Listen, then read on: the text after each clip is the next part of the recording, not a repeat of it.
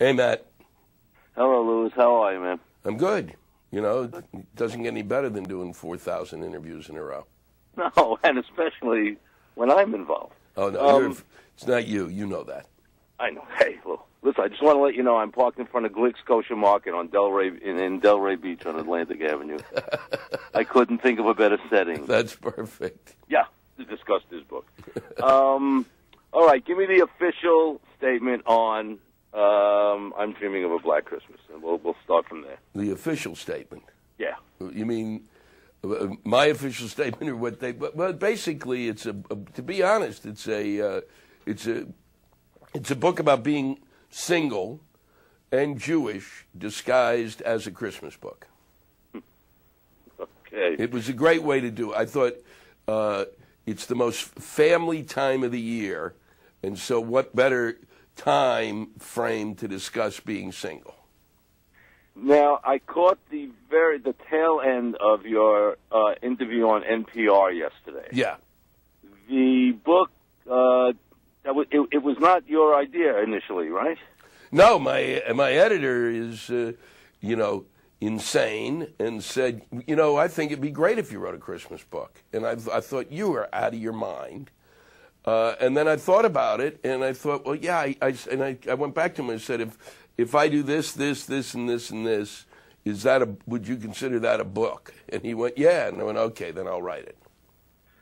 Look, I am of the same faith as you are. Christmas has always been, it's kind of this outsider looking in thing. Yeah. What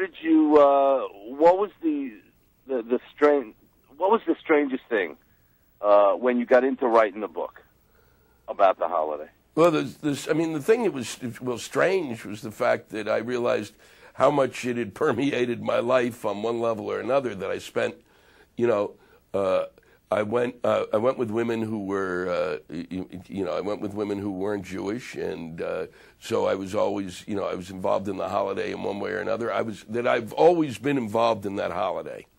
It was not something. I'm not one of those Jews who on Christmas Day ends up, going to a movie and Chinese food. Oh, you're that one. You're the one guy not in Tokyo, Peking. Huh? Exactly. I'm the one. I'm the one who's sneaking in and getting the food at my friend's house. Did it give you another take on Hanukkah? Like, in the sense only that I still think Christmas wins. Yeah. It was like returning at my age and looking at it. You still have to go, we got a nice small kind of a franchise, but Christmas is a mega mall. We're a mom and pop store, and that's a super Walmart. Right. I mean, look, and strange thing, even at work, somebody sounded a little pissed off yesterday because when is Hanukkah this year? I mean, it changes all the time. Yeah, they get irritated. We just got a little pissed off. Well, I say we move it around so that they don't have a target. I mean, did you? It's more of it. What about the religious end of it? You mean in terms of Christmas? Yeah. And really, in terms of the way it goes down now, it's unless it barely seems to exist. It really is just this kind of this is a time for families to gather. I mean, he doesn't seem to play. Jesus doesn't seem to be playing much of a role in it, which I think is actually too bad, because I think a lot of what he had to say was pretty good. Well, it's like what Lennon said, Jesus' message is great. It's the messengers that screw everything up. Yeah, exactly. What about the keeping Christ in Christmas? Do you think that's overblown? Yeah.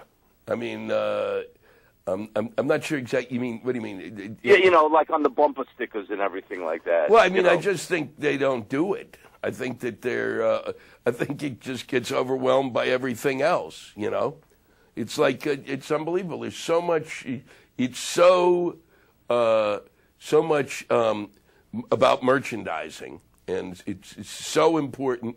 I mean, well, you know, what's more important during Christmas, Jesus or Black Friday? Well, Black hello.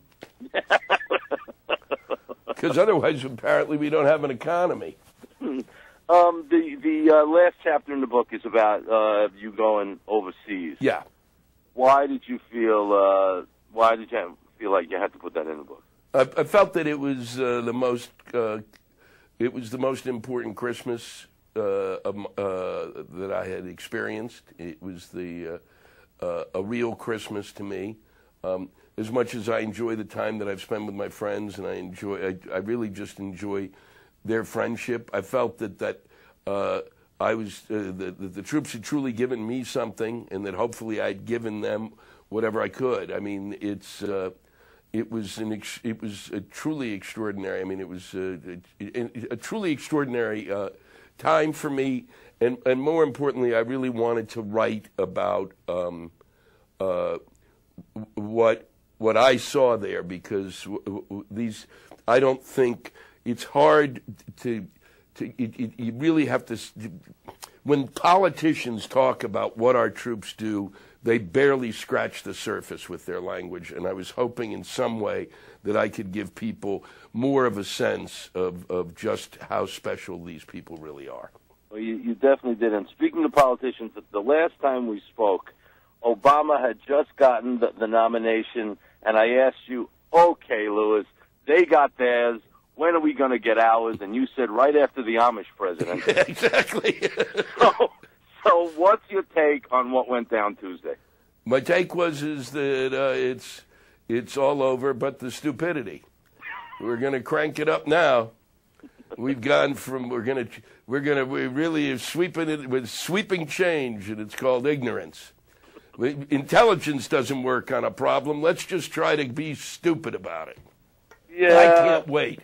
I cannot wait, because we have seen nothing yet. For Mitch McConnell yesterday to stand up and say, well, all we're about is beating the president. It's like, no, you have to be about jobs, you schmuck. You have to be about that. We're going to go back and discuss health care again. Are you kidding me? The American people didn't want to discuss it the first time, and you're going to go back and do it again. You're as nuts as he was. I kind of thought you were going to go down that road, Louis. Yeah, well, it isn't. It's an amazing road. You know, it's just extraordinary. It's stunning to watch. This was the most important election ever. The last one was the most important. I can't wait to the most important. And I can't wait for there to be real change. Well, real change takes place over 50 years. Wake up. I got real change. I don't need time for these schmucks. Need to be put into a room together, like they're writing the Constitution again, and you put them in, and you don't give them air conditioning, and I guarantee they'll figure it out. Idiots. Yeah, Louis. Listen, let me ask you a question. I've been asked to ask you this. My show, Deco Drive, down in Miami. It's our 15th birthday. Can you wish Deco Drive happy birthday? Sure. I'd like All right, happy 15th birthday, Deco Drive. Hi, this is Louis Black, and I'd just like to say happy 15th birthday, Deco Drive. Louis, I love you, man. Thank you so much. My pleasure. Thank you. Thank you.